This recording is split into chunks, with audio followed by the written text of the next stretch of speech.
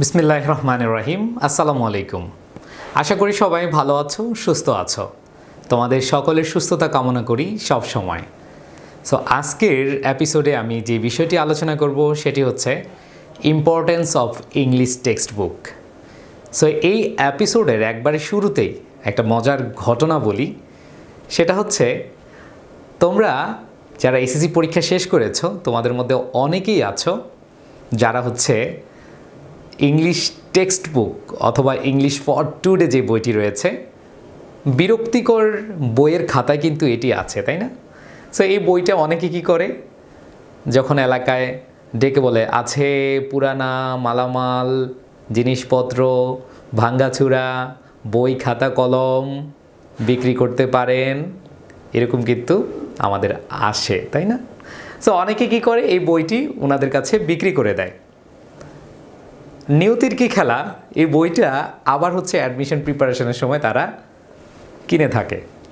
So বিষয়টা হচ্ছে, প্রথম কথা হচ্ছে এই বইটা তোমরা বিক্রি করবে না যারা এই ভিডিওটি দেখছো।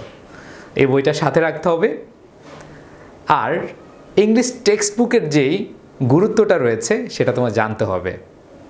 আমি আজকে তোমাদেরকে বিগত সালের প্রশ্ন অ্যানালাইসিস করে দেখাবো যে ইংলিশ টেক্সট বুকটা তোমাদের জন্য কত বেশি ইম্পর্ট্যান্ট।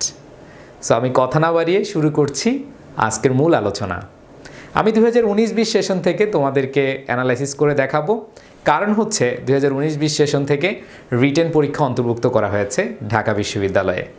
সো আমি কি শুধু ঢাকা বিশ্ববিদ্যালয়ের কথা বলছি? না, শুধু ঢাকা বিশ্ববিদ্যালয় না, এছাড়া জিএসটি মানে গুচ্ছ অধিভুক্ত যেই ভর্তি প্রক্রিয়া, সেখানে হচ্ছে টেক্সট বুক থেকে প্রশ্ন করে, বিউপিতে প্রশ্ন করে, রাজশাহী ইউনিভার্সিটি থেকে প্রশ্ন করে।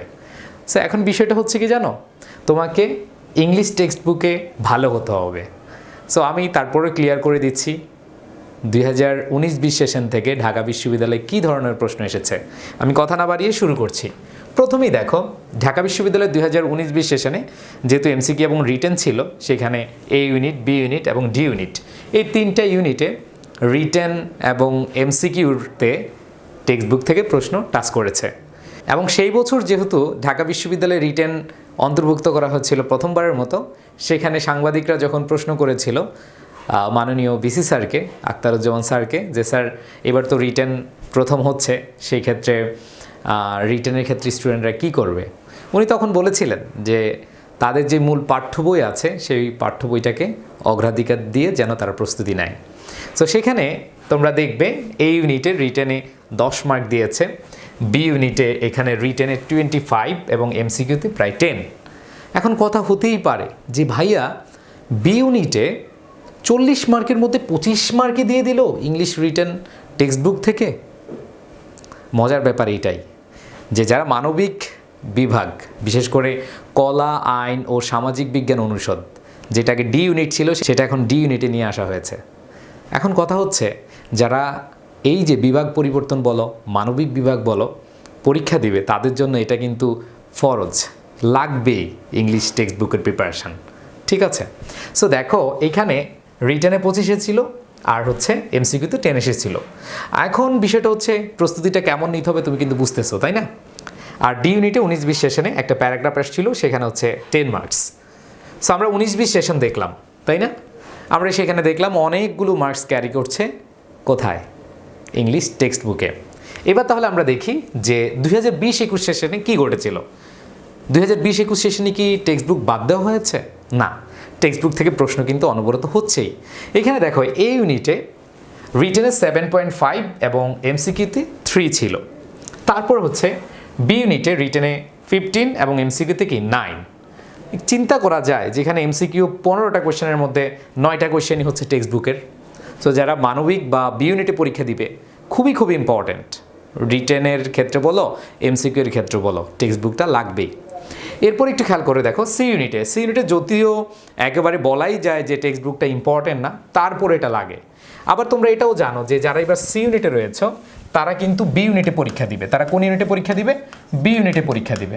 সো বি ইউনিটে পরীক্ষা দিলে তোমরা প্রায় 300-র কাছাকাছি সিট পাচ্ছ, মানে যেটা বিভাগ পরিবর্তন ছিল, এখন তোমরা সেটা হচ্ছে বি ইউনিটে দিবা। সো বি ইউনিটের প্রশ্ন প্যাটার্ন যেহেতু টেক্সট বুক ভিত্তিক হয়, তাহলে সি ইউনিটের স্টুডেন্টদেরকে এবার কি, যারা বি ইউনিটে পরীক্ষা দিবা তাদের টেক্সট বুকটা পড়তে হবে। এরপর দেখো ডি ইউনিটে 5 মার্কস এসেছিল 2020-21 সেশনে। তাহলে আমরা একটা আইডিয়া পেলাম যে টেক্সট বুক থেকে কত মার্কসের প্রশ্ন এসেছিল।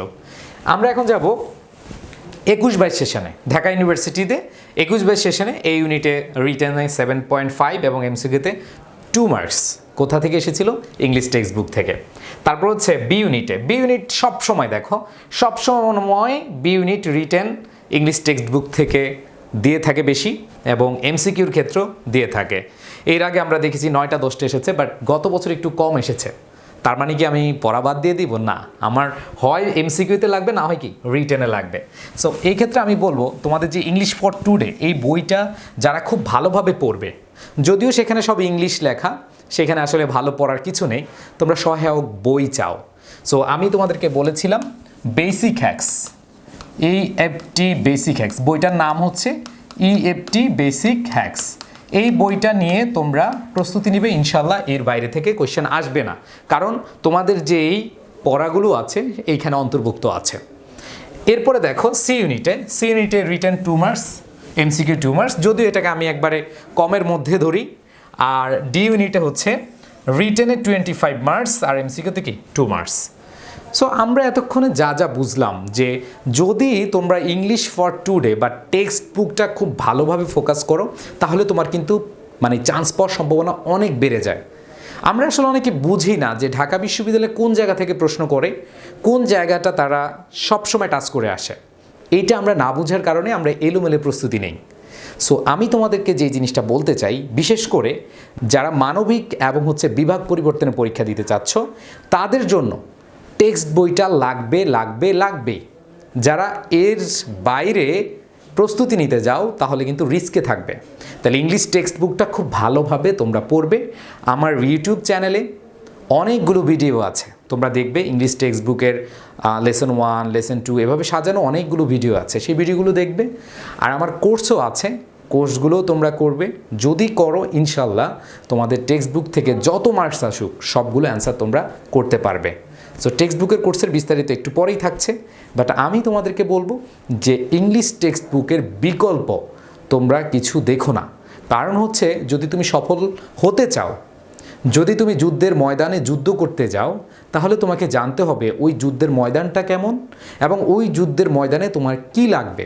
তুমি কিন্তু অলরেডি জেনে গিয়েছো যে যুদ্ধের ময়দানে তোমার যে অস্ত্রটি লাগবে সেই অস্ত্রটি হচ্ছে ইংলিশ টেক্সট বুক। সো এই অস্ত্রটাকে যত বেশি ধারালো করবা তত বেশি তোমার জয়ের সম্ভাবনা থাকবে। সবাই অবশ্যই টেক্সট বুককে খুব ভালোভাবে অগ্রাধিকার দিবে। আল্লাহ হাফেজ। আর কোর্স ডিটেলস একটু পরেই।